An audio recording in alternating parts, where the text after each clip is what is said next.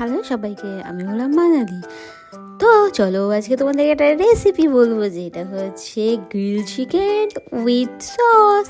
তো ওই যে সাইডে হাফ রাইস দেখছো, ওটা রেসিপিও বলবো, দাঁড়াও এক এক করে বলবো। তো চলো শুরু করি।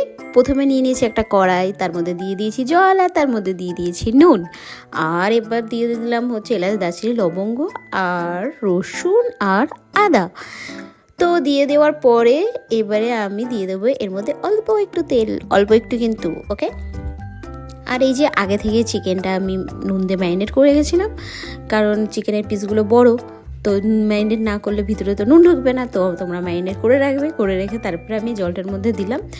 এবারে এখানে কিন্তু আমি 80% মতো সেদ্ধ করব, ওকে, 80%। তো এখানে এই যে সাইডে গিয়ে এই নোংরাগুলো উঠেছে গ্যাজা টাইপ, এগুলোকে আমি তুলে তুলে ফেলে দিচ্ছি। তো এবারে চিকেনটাকে আমি উল্টে দেব, কারণ উল্টে পাল্টে না দিলে চিকেনটা ঠিকমতো সেদ্ধ হবে না। আর এবারে চিকেনটাকে উল্টে দিলাম।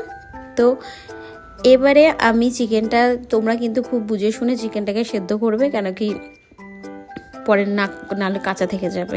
আর পরের স্টেপে কিন্তু চিকেনটা বেশিক্ষণ কুক হবে না, বেশিক্ষণ হলে চিকেনটা কী হবে বলো তো, ছিবড়া টাইপ হয়ে যাবে, ওকে। তোমাদেরকে আমি সব কিছু বলে দিলাম। আর এখানে দেখো কি সুন্দর, দেখো তেল ছেড়েছে, আর আমার চিকেনটা হয়ে গেছে। আমি 80% মতো চিকেনটাকে সেদ্ধ এখানে করে নিয়েছি।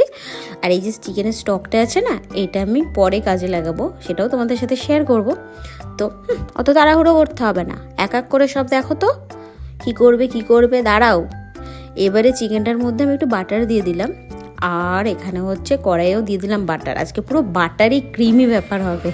যারা বাটার খেতে পছন্দ করো তাদের কাছে তো এই আইটেমটা জাস্ট ওয়াও, পুরো চুমু।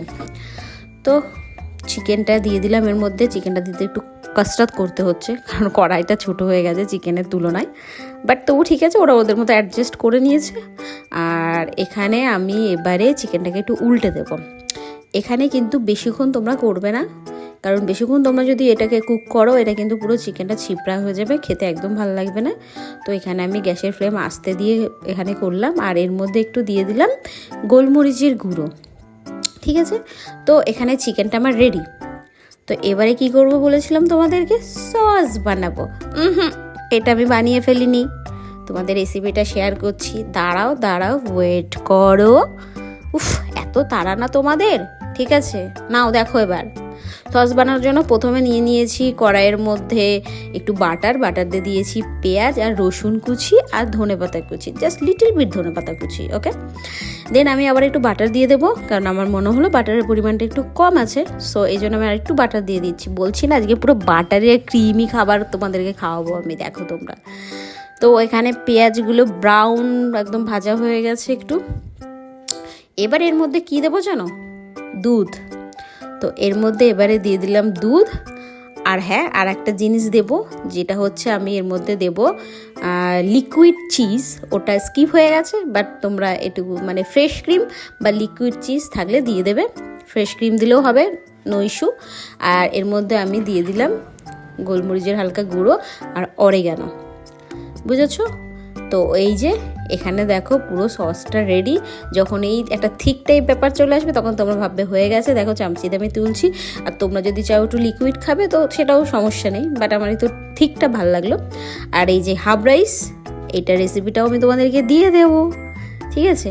তো আমার রেসিপি কেমন লাগলো তোমরা জানিও। তোমরা যদি রেসপন্স না করো আমি কি করে বুঝবো? একটু তো রেসপন্স করতে হবে, আর আমাকে একটু সাপোর্ট করো, আমার পাশে থেকো, সাথে থেকো। সবাইকে লাভ ইউ, টাটা।